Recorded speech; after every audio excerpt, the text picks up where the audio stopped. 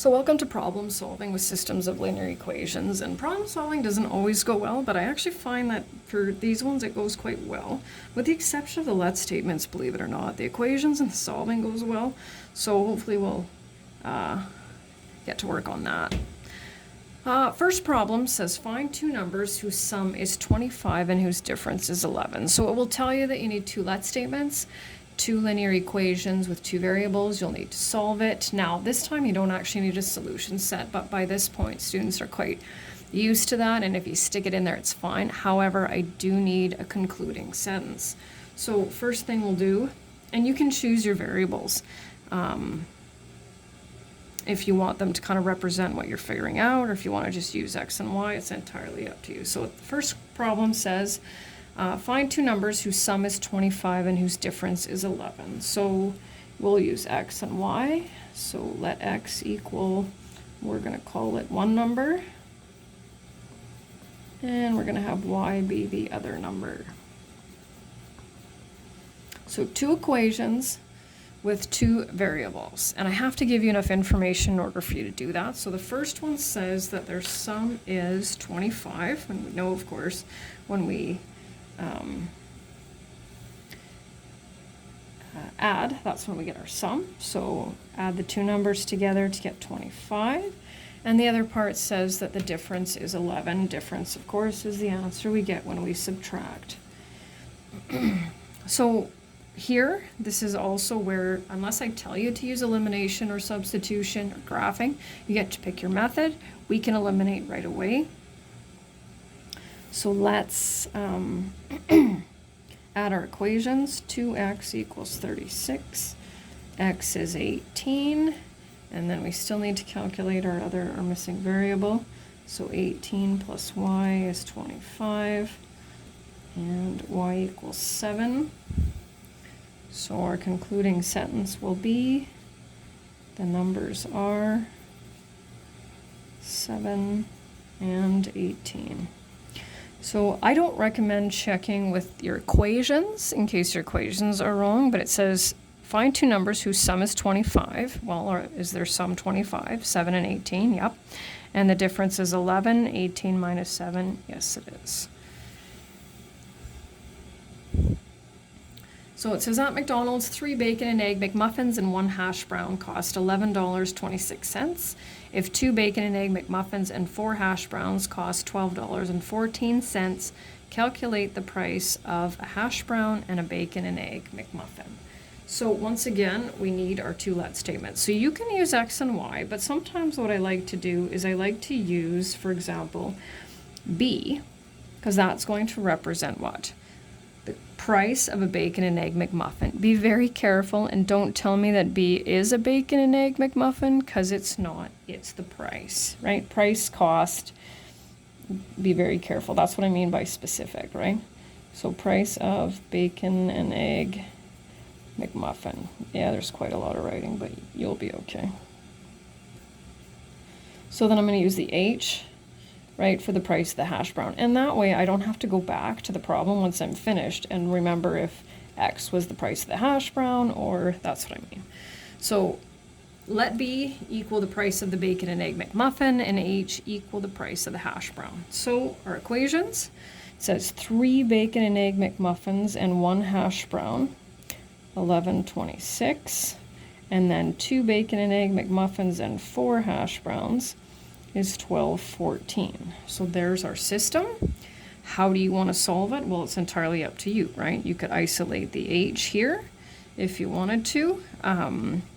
You could use elimination, right? So you get to choose.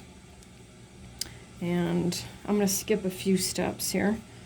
I'm going to go with the 12b plus 4h, 4504. And negative 10b. So don't forget we're dealing with the price, right? So rounding to 2 decimal places makes sense. That's exactly what it is. And when I substitute, and this is again just to save some time, I get this. So you can check to make sure that the price of 3 bacon and egg McMuffins and a hash brown is $11.26. and vice versa. And I'm just going to write my sentence down here. So a hash brown costs $1.39, and a bacon and egg McMuffin costs $3.29. I just have a couple more left. So here it says Colin has 100 coins in dimes and quarters. If he has $19.90, how many of each does he have? So this time we're looking for the actual number, right? So it's not going to be price of, and we're not going to write let D equal dimes. We're going to write let D equal the number of dimes, right? We want to know how many he has. And Q, number of quarters. Okay, so we have the D and the Q. So we know that the number of dimes and the number of quarters has to add up to 100, right? And sometimes students get here and they're just kind of like, well, I don't really know what to do with that. Well, clearly we have another number that we're going to have to use, right? But we can't say that D plus Q equals 19.9. Why? Because we haven't taken into account what? The value of each of the coins, right? So you have to remember, right, a dime is worth 10 cents and a quarter is worth 25 cents. So we have to remember to work in the same units. That's either cents or dollars, because we can't mix them, match them, right? So a dime is worth 10 cents. Quarter is worth 25. And so I can't put the decimal in, right? So you either have to write 0.1 plus 0.25 equals 19.90, or this one. And from here, of course, you choose your method, right?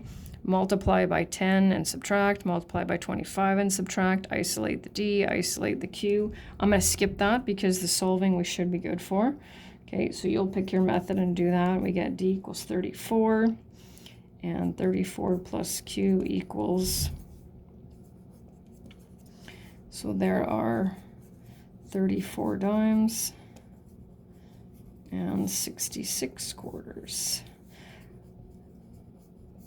So 34 plus 66 is 100, so I know I have 100 coins. Take your calculator and go 34 times 0.1 plus 66 times 0.25, and just make sure you have that $19.90.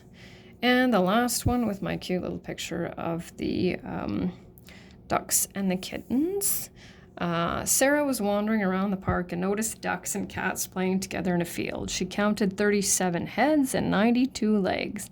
How many ducks and cats were there? And we always try to just stop and kind of imagine somebody just counting legs when they saw a bunch of animals, which is not exactly a realistic situation, but we're going to go with it anyway. So now, what are we looking for here? We're looking for how many. So I'm going to say let C equal the number of cats. And once again, X and Y is if that's what you prefer. D, number of ducks. So we know that each animal has one head, and we're not going to worry about any exceptions to that rule. So there's that. And we still need that 92. So how many legs does a cat have? 4. A duck has 2, which is why the pictures as well. And once again, you choose your solution method. D equals 28.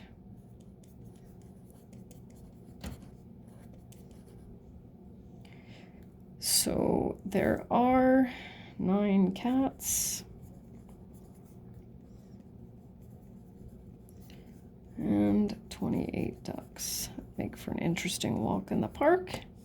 And that's it.